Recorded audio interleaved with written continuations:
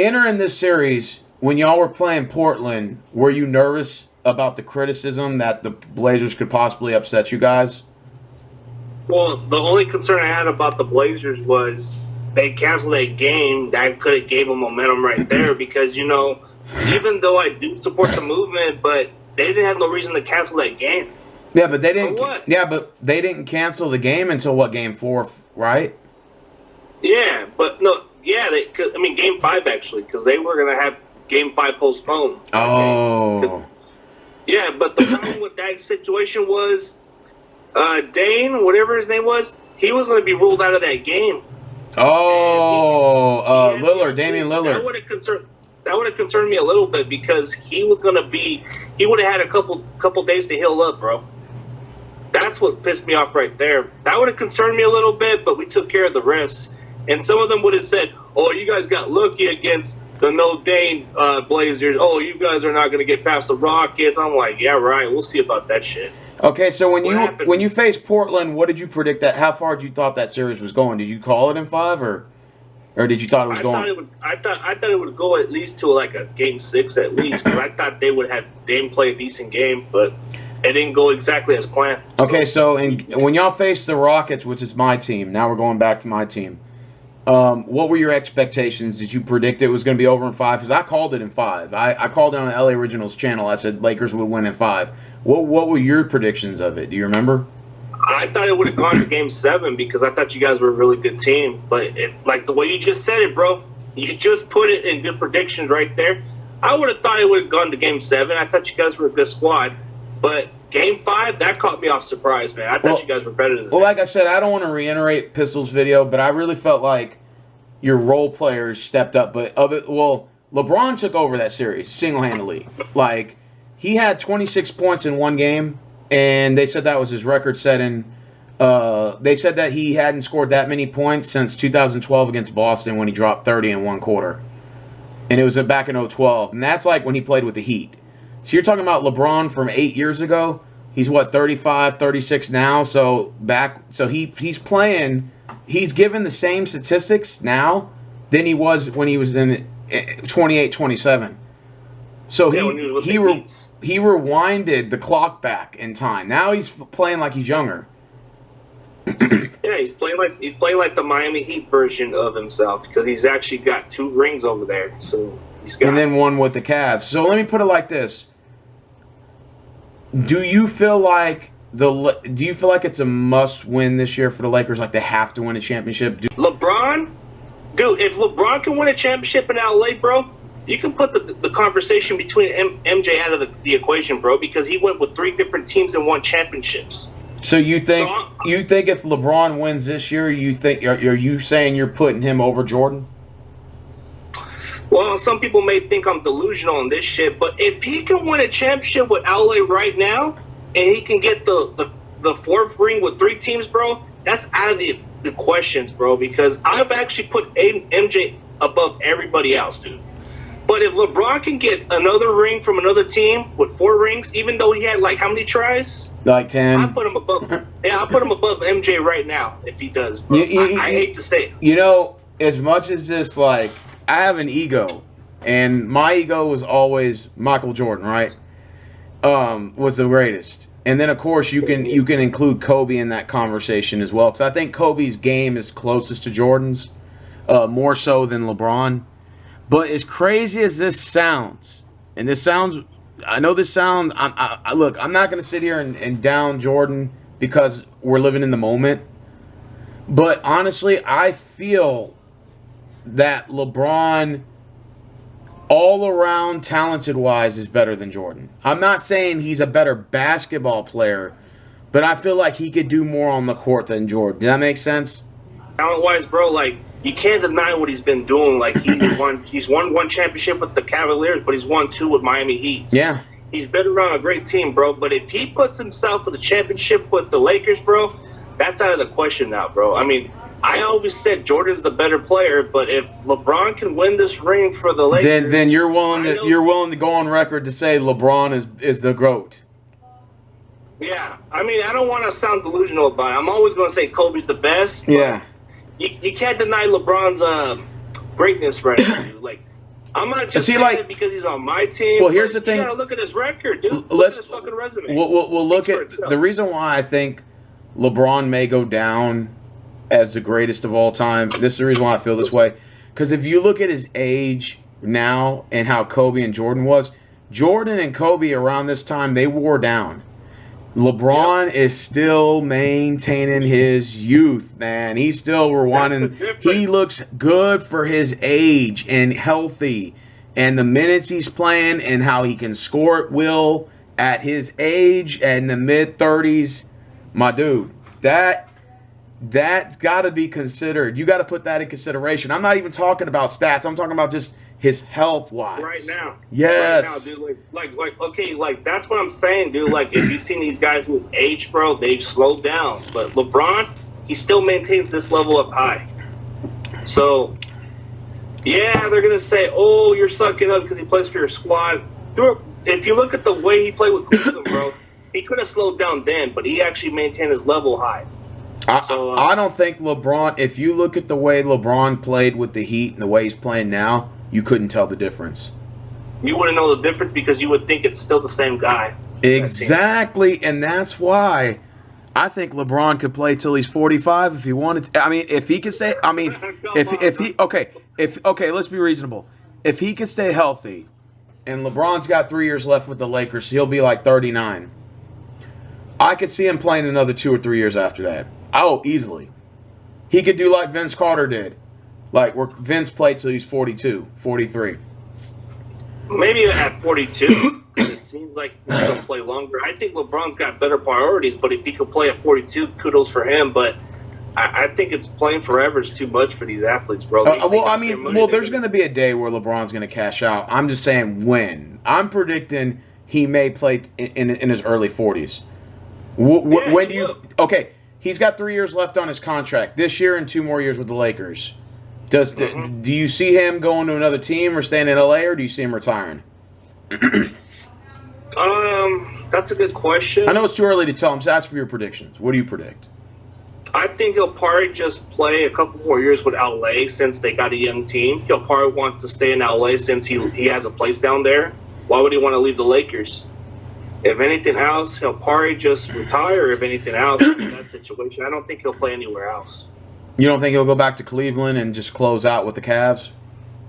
No, I think he'll just close out with LA because he's got a house down there.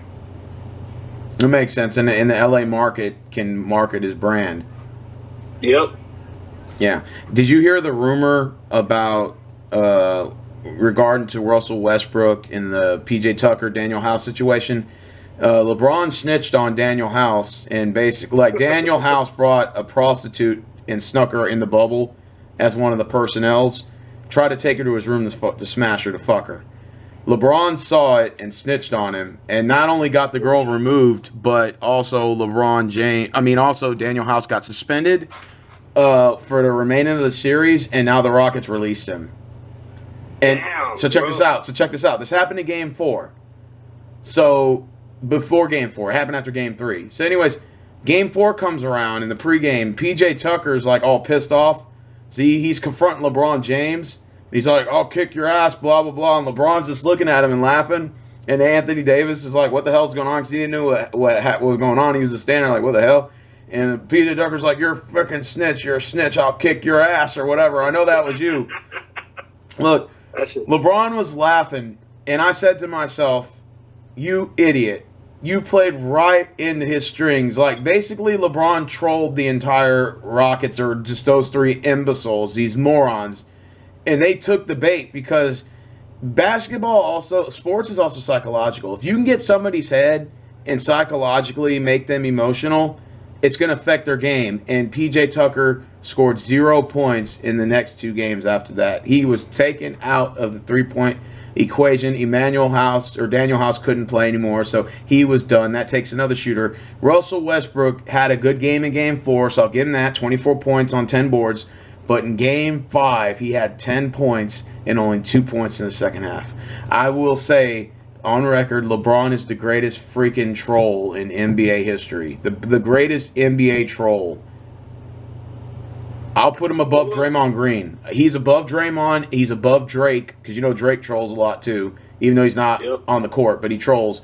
And then also, he's a better troll than Deshaun Stevenson, that other guy that y'all had. I think y'all had Stevenson on your team, right? Yeah, for 1 year. Yeah, Lance Stevenson. He trolls better than he trolls better than all those guys. Patrick Beverly's a troll. We all know that. Like LeBron. There's a way of his trolling to where he can take you mentally out of the game. Yeah, he plays good. He can even flop too. He's the best flopper too. You gotta admit, he can flop. He can troll. You know, Is there anything about LeBron's game you don't like, or anything about LeBron you don't like anything that? Okay, the thing I don't like about him is when he bitch and whines when he gets hit. Like when he gets touched a little bit, or when he gets into it, he complains to a ref and say, "I got touched. That's a foul," type of shit. Other than that, he's got a good talent. It's just he complains too damn much. That's the only thing I don't like about his game. So, what do you think about James Harden and Russell Westbrook? We'll start with Westbrook. What do you think of him overall? Like talent-wise, personal-wise, what do you think? Well, the issue with Russell Westbrook for a while was his durability, and then he finally stayed healthy. He has great talent. He's a really exceptional athlete. But, like, when he was with the Thunders, he was balling out, bro. And then when he got injured from previous years, bro, that's been the concern about Russell Westbrook with injuries. Okay, so you're saying the injury caught up to him. Yeah, it caught up to him, but then he finally got to be healthy with the Rockets. I thought he balled out pretty good. James Harden, bro, hell of an athlete, dude. It's just for some reason he just can't win the big one, but I think he's a really great athlete. Like he can really produce for you guys. Like he's your heart and soul of your team. Yeah. Yeah, no, and I agree. We still got James Harden for another 3 or 4 years. I mean, we got him locked in, I think, for 5 years or something like that. We signed him to a mega deal like 2 years ago, like a max contract. So we got him. But like Russell Westbrook, like I like the guy. He's already 32 years old. And the thing about that is, man, that's right around that time where you start to lose a little bit of your pep in your step. And then right when you're about 35-ish is where you know, I noticed for NBA players is when the knees start to give out and all that. Unless your name's LeBron James, you know, which is exceptional. But, like, you know, I think Westbrook, we got 3 years with him on our deal. That's right when he hits 35. So I'm thinking if I'm the Rockets, I have to pull the trigger and trade him and get something. Now the Knicks right now are our only option that's been calling for him, and they're willing for any sort of like attraction to the Garden. They want to bring fans in there and stuff, so they have to put a star there. So I'm thinking we could trade Russell Westbrook and get a shitload of their first round draft picks that they've been saving up for. Right there. Yeah, they can give us like 10 for the next 5 years. We'll be in the top 10 drafting every year. So, you know, I think that would be perfect. And then the Knicks would win out, then we would win out in this scenario.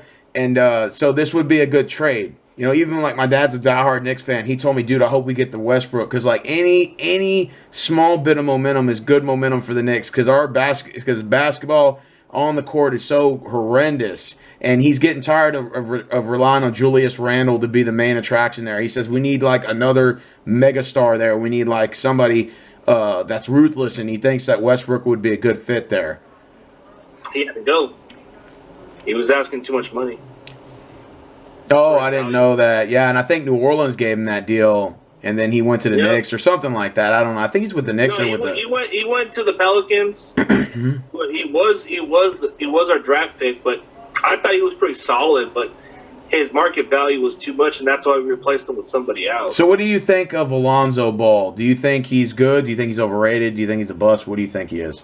I think he's a bust now, man. He's not even showing out. Like, dude, I even had his fucking jersey at one point. I thought I was into the ball. I was into the ball train for a little bit, and then he just fucking sucked. Dude, I knew that guy was going to be trash from the minute he entered the league. He reminded me of Johnny Manziel. The only difference is one throws a football, one dribbles a basketball. But at least Johnny Manziel didn't have a dad that spoke too damn loud out of his mouth. Okay, I'll give you that. But at the same time, I felt that Lonzo Ball was overhyped by his old man. I feel his brother's better than him, but he's not old. Like, he's not in the NBA. He's like playing overseas. But like, I felt like his dad overtalked hype that his son couldn't cash that check. or his dad was writing checks for his ass to not, what did it say? You're writing checks your ass can't cash. Okay, his dad was writing checks that Lorenzo Ball, or whatever the hell his name is, Lonzo Ball's ass couldn't cash. He couldn't back up. But I feel bad for Lonzo Ball because his old man put him in a position to where he looks like the bad guy now. Because everyone's going to say, oh, you're probably like your old man, huh? Big all talk. Like you're letting your dad run the show. You don't got no balls, blah, blah, blah. So in a sense, I kind of felt bad for Lonzo Ball. But I think that trade y'all made for Anthony Davis. See, one thing I got to give the Lakers this. I don't know how you guys do it, but you guys are able to go to other teams and trade them nobodies or potentials that go nowhere, and you can get a star. Like you guys did that with Paul Gasol in Memphis and gave him like Javarius Creighton, a guy who brought a gun to the locker room and tried to like point it at Gilbert Arenas or something like that and caught gun charges. You guys gave him like guys like that. And got nobody. And then you get your stars in return. Like, no one else does that but you guys. I don't know. Like, even with the Rockets trade, you guys were going to give us an aged Paul Gasol, and we were going to give you... and New Orleans was willing to give you Chris Paul, and we were willing to ship New Orleans, I think at the time, like, Dragic, and I think it was Luis Scola. And I think the Lakers were supposed to send over, like, I don't remember the guys y'all were offering, but it was nowhere near the competition y'all were getting in return. Like, you guys were getting Chris Paul. Like, you guys were winning out on this whole deal. Yeah. And he said, that's cheating. They're cheating. They're cheating. The Lakers are cheating. They're cheating. And then David Stern went in and blocked the trade. Do you remember that? Yeah, I heard about that trade. Everything got blocked, but you know what's even funnier, dude? That was the year we actually got Dwight Howard, too, on that deal. We were supposed to get Dwight Howard and Chris Paul that day. But, yeah. You know what's even funnier? We got Dwight Howard at this age. Didn't y'all get Steve Nash?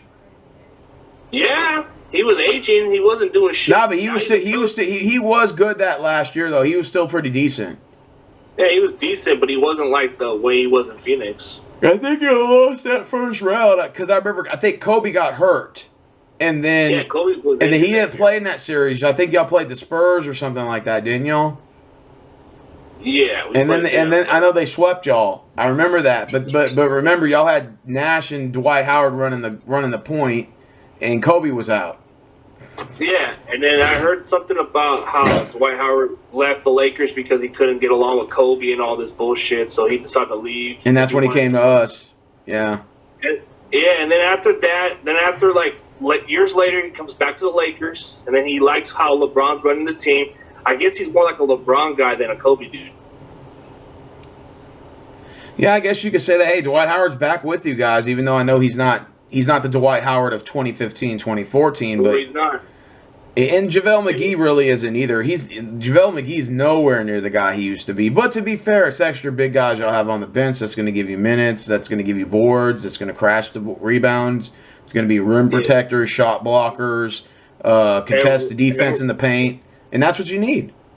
And we're not expecting Rondo. We're not expecting Rondo to be like he wasn't with the Celtics. No, but Rondo has turned into Boston Celtics. Rondo, that's another guy. He had 10 points, 5 assists, 12 points, 8 rebounds, 5 assists in 2 games. In both of those games, he was in double figures. He had a double-double. Maybe that's what it is, but we didn't expect to come back to that form. We just wanted to see if he could play. Well, he has been showing up. And you know who else is another guy that's been showing up?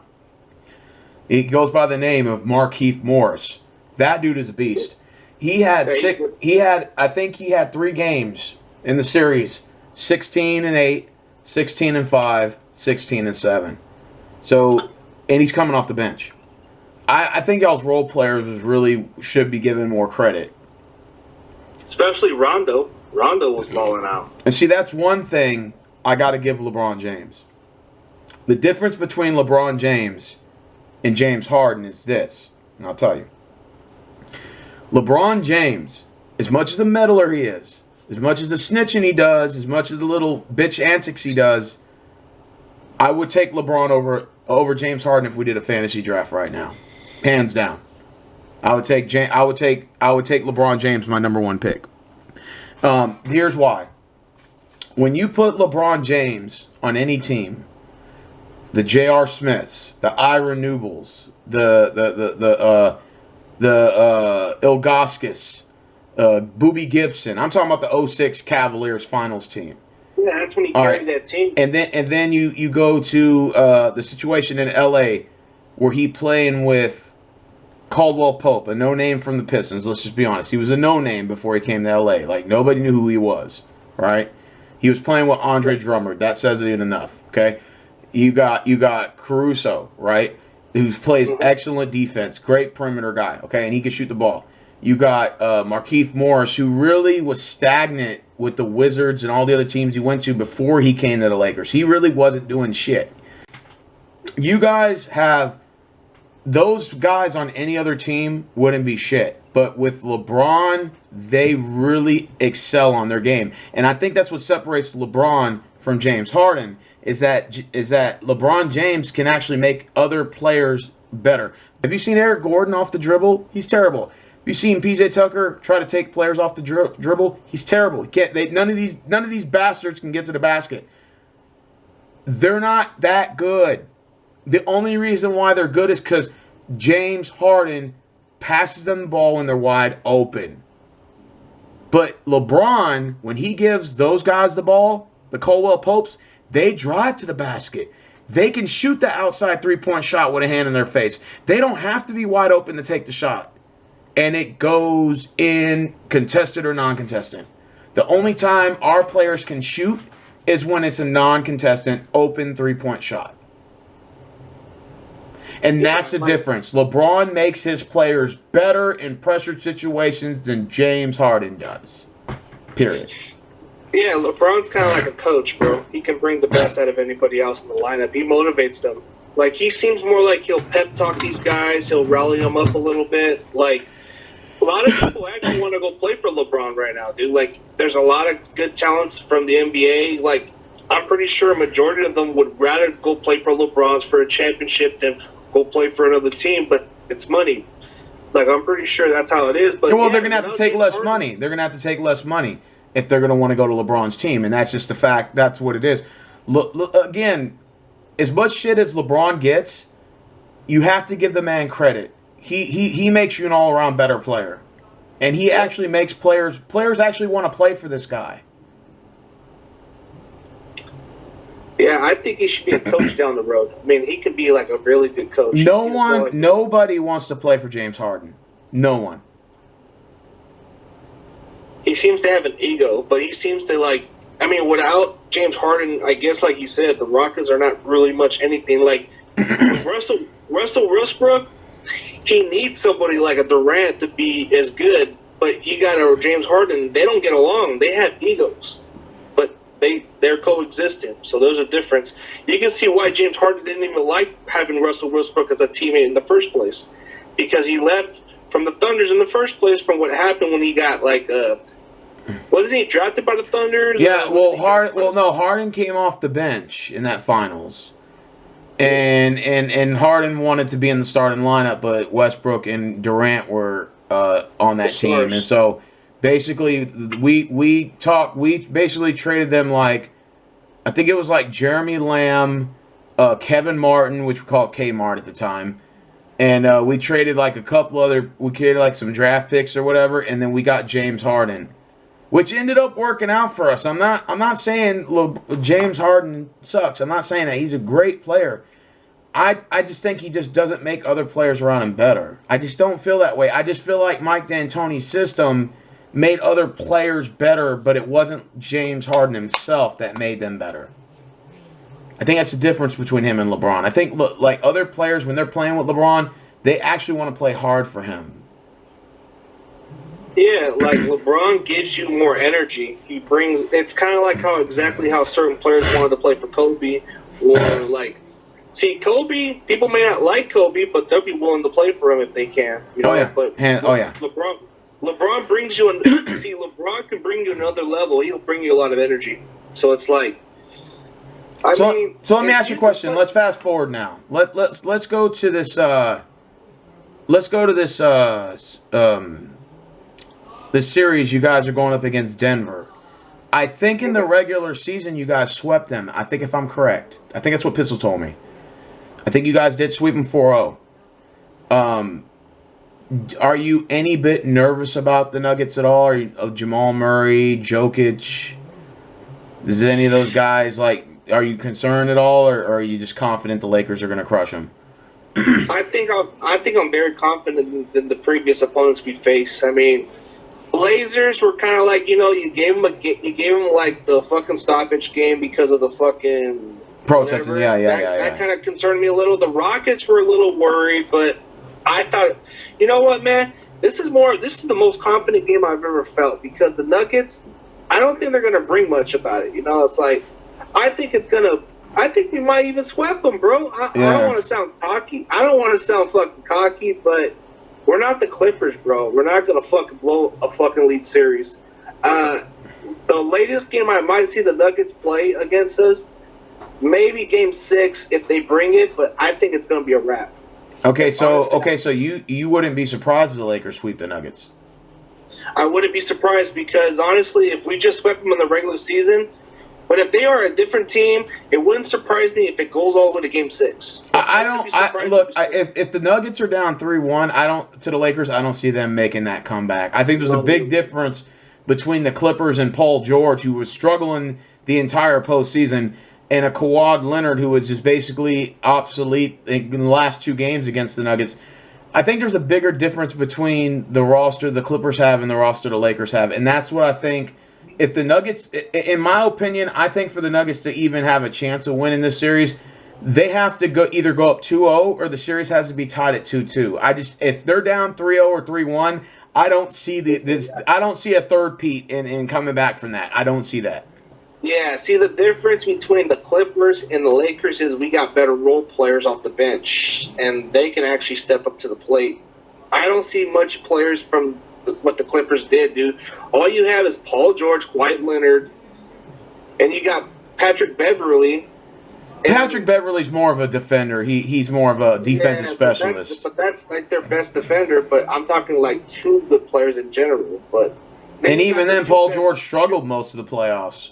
If we can win that championship, this might get Anthony Davis to stay put, bro. Because I think Anthony Davis wants a winning culture, bro. He wants a ring. Maybe this might get him to stay put. Like, yeah, that's probably why I subscribe your boy, because we like the Lakers. But I kind of agree with it, dude, because Anthony Davis, he can sign elsewhere, dude, so we need to get a deal done. So I think this will convince him to stay put. So, yeah, Sounds I agree good. on that. So if the Lakers beat the Nuggets, let's go ahead and fast forward. Who do they face in the finals? The Heat are now up 2-0 over the Celtics. Who do you got winning that series? My gut feeling just says, dude, I hate to say this. You don't want to rule out the Celtics, but it could be a possible Celtics versus Lakers. They're trying to make it sound like a Kobe tribute. Remember how we got past the Rockets and Nuggets, and now how they're saying how Kobe won against the Celtics? It could be that road again, bro. But if the Heat are up 2-0, it's to me it's looking like a possible Lakers Heat finals. I would like to see the Heat, bro. If it's the Lakers and Heat, who do you got? How many games? Yeah, it wouldn't surprise me if it goes to Game 7 because I think Heat are actually good, and I've actually I got some Heat fans on my page, bro. They are very confident in the Miami Heats, bro. They even told me, "Oh, don't sleep on the Heats." I'm like saying, "Okay, we'll see about it." I even told them I want to see you guys play against my Lakers because honestly, I'm tired of the fucking Celtics. Okay, now let's just say for shits and giggles, let's say it's Denver and Heat in the finals. Who you got? Who do you think would win that? If that were the case, man, Denver and Heat. Man, it's gonna be the Heat because. Yeah. They seem like a better team, but damn, that'd be a disappointment, dude. Kobe will be upset that we're not even in the finals. He'll be like, "What the hell?" Or what if it was Heat and Celtics and Nuggets? Who would you pick in that one? Oh God, I can't even choose neither, man. I just hope they both lose. Okay, now if it's Celtics and Lakers in the finals, how far does that go? Surprise me if we actually sweep them. Convinced that the Lakers will win the finals this year. I am super confident that we are going to win, dude. I'll give you 5 reasons why the Lakers are going to win. Okay, what's 5? We have a great leader in LeBron James. He can 1. rally the troops. He's got a great leadership. He's got great quality. Everybody wants to play for him. Okay, that's 1. And, what else? And 2, man, we are playing for Kobe, for God's sakes. Okay, that's 2. What's 3? Okay, 3, man, we are playing for the city of LA and state of California for what they're going through, bro. We are fucking bringing the community back together, dude. So we got to win this for the whole state. Okay, 4, yeah. We got to convince Anthony Davis that we're the team for you to stay going forward. Okay, and get him a ring. What's the 5th one? And the 5th one is, dude, we are trying to build a fucking dynasty. Again. So winning this championship, winning this finals, that's going to be a stepping stone on competing with the Warriors if they can come back on Earth. Oh, and then remember, if you win, you tie with the Celtics for the most championships. Yep. So that could be number 5 right there, actually. That would be confident. We won't tie with the Celtics, but we would be a competitive team going forward. You know, I'm not going to lie. It would be kind of cool to see the Lakers versus the Warriors with the healthy Stephen Curry, Draymond Green, and a healthy Klay Thompson. And then I'm not going to lie. That versus the Lakers lineup 4 times a year next year would actually be really exciting to see. And also if they were to face off in the playoffs. I honestly wouldn't mind them in the conference finals. And then it would prove who's the better team in California. And then I would love to see the Clippers come back with the same squad, because you would have Clippers, Lakers, and the Warriors. The only thing left is the Kings. But nobody wants to go to Sacramento. The Kings fucking suck. Obviously, your team is the 49ers, and you guys lost a tough game against the Arizona Cardinals in Week 1. Many people feel that the 49ers are going to step in a trap game this week as you guys are taking on the Jets. Do you feel that way? Honestly, dude, this should be a bounce-back game because Jets, dude, I don't see no fear in the Jets. Play against the Jets, dude. Sure, we're a little dinged up on receiving core. We just signed Mohamed Sanu. Really? We just signed him. He's familiar with the offense to Shanahan, but the only issue is Sherman's going to be out too. So that's going to suck. So we had to go. So that's going to be an issue, dude. Like, we're going to probably go 3 games without Sherman, so that's going to be a big challenge. So I think we'll be able to win those next 2 games because we got the Jets, we got the Giants, which those 2 teams, they are right, but Jets, they're worse than the Giants. Okay, so you see the Niners actually pulling some sort of momentum. They can come out 2-1 in this scenario. Yeah. I mean, okay, like the Jets, dude, the last time we played against the Jets at the MetLife Stadium, we beat them 34-0. Oh. Sure. Yeah. That's not a good way to start, dude. Usually the Jets play well at our stadium, but when we play at their stadium, it's ugly. Okay. So let me ask you guys this. Do you see the NFC is loaded with teams. Even your division is loaded. The Rams, the Cardinals are no joke. Seahawks are no joke. I think your guys' division's probably the best in football right now. The number 1 division in football right now. I think that's the first. I think every team in that division could make the postseason. Yeah, I mean, if you were to put like the 4th best team in our division, they could even play in the NFC East and make the playoffs. Yes, and that's scary. Like, it's a possibility that the second round of the NFC could be all 4 division teams. Yeah, you know what caught me off surprise, dude, was the way the Cowboys played against the Rams, who I think is a rebuilding team.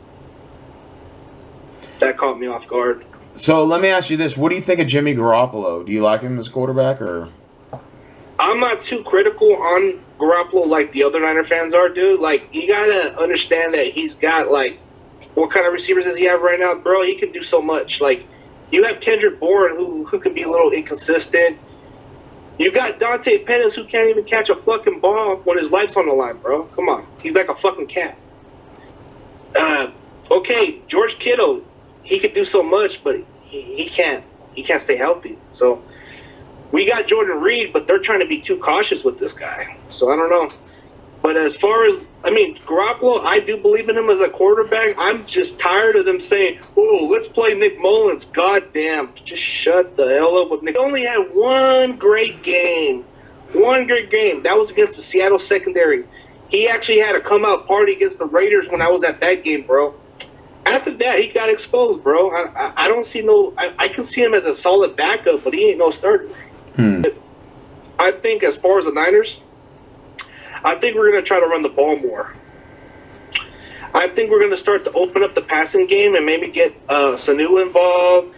Oh, Brandon Ayuk is supposed to come back this week. So our offensive line should be a little bit okay because we got Ben Garland coming back from injury. So offensive line should be fixed for right now. Ayuk's going to make his debut. This might be his coming out party where he might come up big in this game because Jets secondary is a little suspect. Damn. So what do you call the final? If I had to ask you for a score prediction, what do you got? Score prediction. I don't want to sound too cocky and confident. No, just go ahead. Say whatever's on your mind. Whatever the score is, whatever you say it is. I'm going to put the Niners 31, Jets 13. I'm just that confident. I said Niners 34, Jets 17. That's what I predicted. Sam Darnold makes Daniel Jones look pretty damn good. So. I mean, you got Mark Sanchez 2.0 with the Jets again, bro. That's funny. Yeah, remember that video I posted? Yeah. So yeah, bro. Like as much as people like said, "Oh, Daniel Jones is terrible," I don't know. I think Darnold's the worst. So, do you think he's the worst in the league? I think he's very overrated. I think he gets scared. He seems like another Derek Carr. Like he's too fragile, too scared. I mean, I see a lot of worse quarterbacks. You got Ryan Fitzpatrick. Hey man, I ain't arguing with you on that one. We used to have him. Yeah, pick machine, pick Patrick. Well, he was actually not that bad when he was with us. But remember, that was like 4 or 5 years ago too. You know? Mean, he had a couple good solid years, and then he started sucking again. That's always been his motto. Like he'll have good years, and he'll fucking suck again. Well, I mean, he'll have a very good first 4 or 5 games. Yeah, he did with the Buccaneers. That's where he got the name Fitzmagic from when he was with the Bucks. Do you feel like you guys blew that game against the Chiefs? Do you think a lot of it had to do with him? Yeah, I think a lot had to do with him because he was being too fucking cute with these plays, bro. He could have just ran the ball. What were you thinking, dude? He had 6 minutes left in the game. We had, like a 10-point lead. All you had to do was run the clock. And what did you do? Try to pass the ball? That was stupid. Could have killed the clock. But it is what it is. I think he was being too cute and conservative. I think that's why we lost the game. A lot of people want to point fingers on Garoppolo, but you can't point fingers on this guy when you actually had a play caller actually being too fucking cute. He could have ran the ball. So it was 6 minutes. You guys were up 10 over the Chiefs. Yeah, 6 minutes left on the clock, dude. All you had to do was run the ball. What stopped running the ball, dude? You could have ran it with Mostert. You could have did some reverse plays with Debo. Debo was having a coming out party game, dude. He had like 50 yards rushing, and that's impressive for a receiver to do it in the Super Bowl. And you stopped playing. You stopped doing that play, bro. Debo was hard to tackle. You could have did that play, but they stopped throwing the ball to Kittle for that stupid PI shit, whatever the fuck it was. Yeah. As far as defense, dude, penalties killed it. Maybe they could have I can't make excuses for the Chiefs on what they did do. They were the better team. That's all I can say. So, like, I can't dispute that. Now, let me ask you this. What do you think the Chiefs have a good shot at repeating this year? I think they have a better shot at getting back to the Super Bowl. I think they are built to be a competitive team in the long haul. I really think Patrick Mahomes is the legitimate franchise quarterback. Like, if you want to build your team around, I really think Patrick Mullens is exactly the guy you want to have it on your team. Fair enough. But, yeah, to any of those Kansas City fans that are looking into your video, I'm going to tell you this, bro. Mahomes is the real deal. So I'm not going to fucking dispute that shit. All right, so are the Kansas City Chiefs, do you see them as a new dynasty? I wouldn't say new dynasty, but I would say they're in the cusp to being up there. But I wouldn't put them up there like there yet, but they got to win another Super Bowl to make that discussion. All right, so here's a question. Do the Chiefs win the Super Bowl this year, yes or no? Tough question, man. I don't know. Well, I'm asking if you predict, like, if you had to pick right now, are they the Super Bowl winners this year? Yes or no? Okay. I'm gonna say they're the Super Bowl losers because my Niners are gonna come for revenge. Oh, now back to the NFC. There's a lot of good teams. It's very competitive because I feel like the AFC is kind of narrowed down to a couple teams, but in the NFC, it's explosive with teams. I mean, you can make the argument that even the Washington football team is a good team, man. The Bears, Washington nobodies. the Saints, maybe the Bucks, maybe I don't know. We have to still see. But in all seriously, I do see the Chiefs hosting the Super Bowl. But as far as like winning it, dude, I think they could be. But I don't want to. All right, so you see them at least get into the Super Bowl. You see them going to the AFC. You just don't. You're just not going to guarantee they'll win the Super Bowl. I don't want to guarantee. Okay, but the NFC, man, it's a lot of explosive teams. Do the Niners go back? I believe we could, dude, because we can overcome the injuries. I believe that our destiny is to get back to the Super Bowl and beat the Kansas City Chiefs. Yeah, but as easy as it sounds, you guys got a tough division. Tough division. We play tough. That's the thing. But I think when it comes down the road, I think we're going to be the team that comes back. I think it's going to be a rematch. And when you're talking about, like, are the Chiefs are going to win the Super Bowl again? No, I think it's going to come back to a payback. I think this team is, dude, like, don't let this loss against the Cardinals fool you. I think we're going to see the Cardinals again, and we're going to give them some ass whooping the next time we see them in the desert. So I don't really think this loss hurts us as much as people think. Mm-hmm. They're thinking, oh, why not we give up on Garoppolo? Let's switch quarterback. Oh, throw in the towel? Come on, dude. One fucking game. That's it. We need to get our receivers healthy. Our offensive line just needs to be gelling. That's it. Defensively, we're fine. We just need to work on our run stop. That's it. Pass rush should be good. We just struggle with mobile quarterbacks. That's about it. I think that's fair enough. It's nothing new. Mobile quarterbacks give us problems the most. We can stop the run. So what do you think your weaknesses are right now in the Niners? As far as our weakness, I believe it's the run defense. If we cannot fix that thing, if we cannot fix that issue in the season, bro, I can see a lot of teams trying to exploit that shit. And what are your strengths on the team? Our strength is running the ball consistently good. Our strength is we got a great tight end. We can feature him in the ball. Our defense, dude, like, we have good pass rushers. We really do have great pass rushers.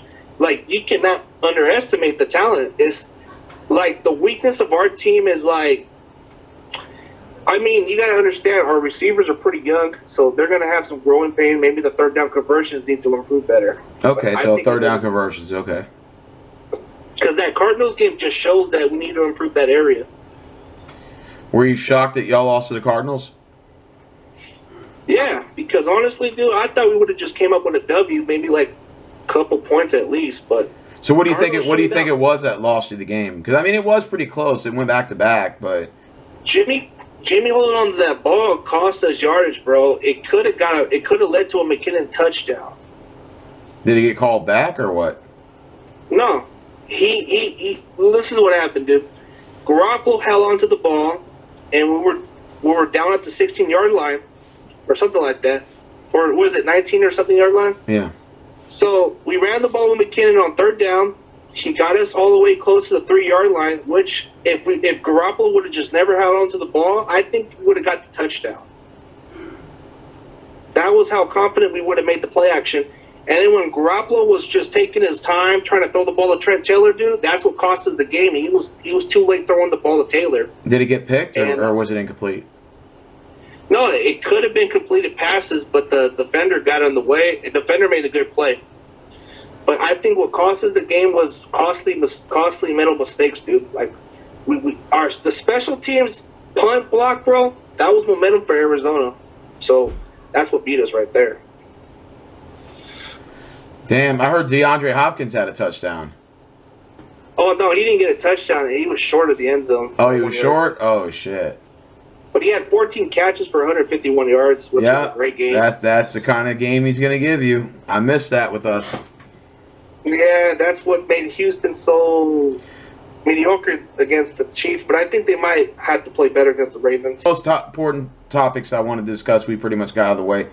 So, anyways, I guess we're gonna go ahead and sign up out here. We'll go ahead and wrap it up, and I'll definitely do a follow-up video with you in a couple of weeks. Definitely, we gotta do that with the Niners and everything. And I'll post my link on your channel. So yeah, we're gonna post JWO Bully's channel. You guys make sure you sub to him. He's a diehard Niners fan, and he also is a Lakers fan. So good luck to your Lakers the rest of the way. And we're gonna go ahead and close it out. Do you have any last words before I sign off? Yeah. Good luck on your good luck against the Ravens, bro. You're gonna need it. JWO Bully. We'll go ahead and sign up out of here, man. Until next time, it's me and it's Chris, and we are officially closing out. Peace.